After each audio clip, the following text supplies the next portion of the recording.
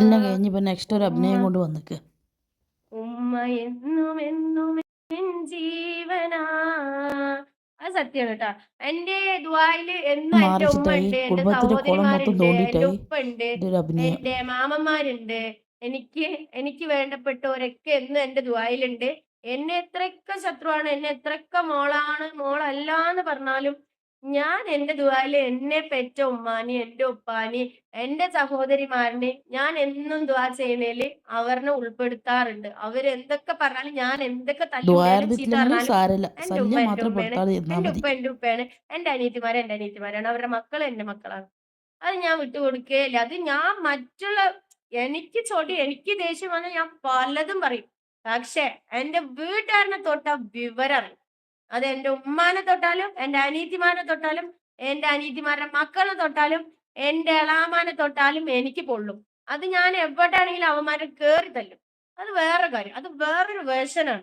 ഷാജി അങ്ങനെ അറിഞ്ഞത് തെറ്റല്ല. ഷാജിന്റെ എന്റെ ഉമ്മ, എന്റെ ഉപ്പ, ഇതെല്ലാന്ന് എന്റെ മനസ്സിലായി. വീട്ടിൽ ബാക്കിയുള്ളവര് വരുമ്പോ മരം മൊത്തം അവരുടെ മുറിച്ചിട്ട് കഴിച്ചിട്ടേ ബാക്കി കണ്ണാടിയെല്ലാം എന്തുള്ളൂ. പൊട്ടിച്ചിട്ട് ഷാജി വന്ന അങ്ങനെ ആളാ. പലതും പറയും. അത് എന്റെ പേഴ്സണൽ മാറ്റർ.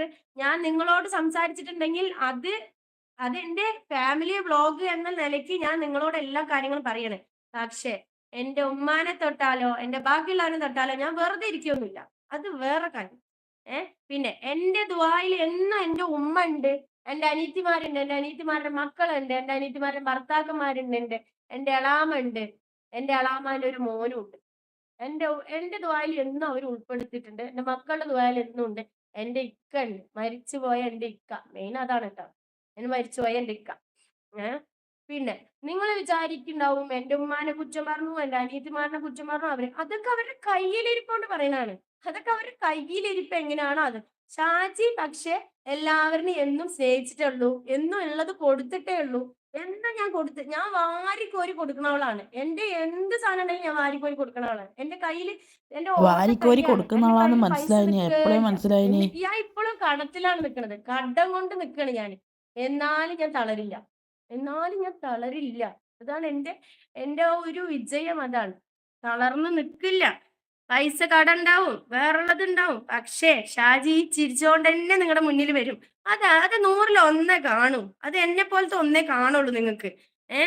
എന്തൊക്കെ പ്രശ്നം നിങ്ങളൊക്കെയാണ് പറഞ്ഞാൽ എന്ന് തൂങ്ങി ചത്തു എന്ന് ചോദിച്ചാൽ മതി. പക്ഷെ ഞാൻ വിടാണ്ട് മുന്നോട്ട് പോയിക്കൊണ്ടിരിക്കണം. എന്റെ ഉള്ളിലൊരു സത്യമുണ്ട്. എന്റെ ഉള്ളിന്റെ ഉള്ളിലൊരു സത്യമുണ്ട്. ആ സത്യം എന്റെ പടച്ചോനിക്കറിയാം. ആ സത്യം ഉള്ളിടത്തോളം കാലം ഷാജി വിജയിച്ചോണ്ടേയിരിക്കും. ഷാജി വെച്ചിട്ട് കയറിക്കൊണ്ടേയിരിക്കും. അതാണ്. അല്ലാണ്ട് നിങ്ങൾ പറയണ പോലെ വേറുള്ള തരത്തില് വേറെ ഉള്ളത്. ഞാൻ എന്റെ ഫ്രണ്ട്സിനോട് എന്താ പറയാ അറിയോ?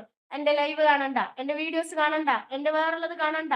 ഷാജി നിങ്ങളോട് സംസാരിക്കുന്ന ക്യാരക്ടറേ അല്ല എന്റെ യൂട്യൂബില്. എന്റെ